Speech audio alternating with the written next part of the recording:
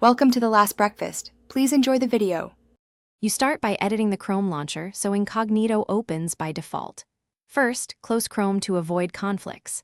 Then find the shortcut you use: Desktop, Start, or Pin Taskbar. Right-click and choose Properties.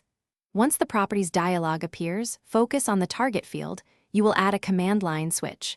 This tells Chrome to start with a different profile mode.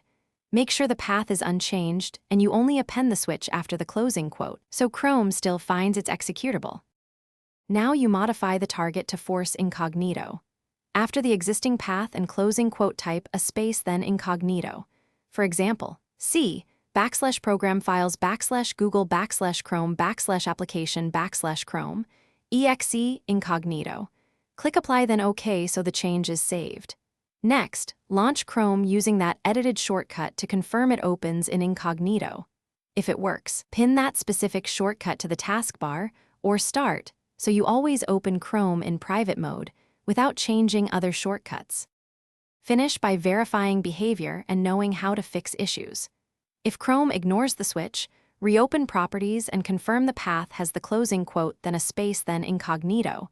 Misplacing the switch breaks it. On work or school devices, a policy might block this, so check admin settings or use a personal device.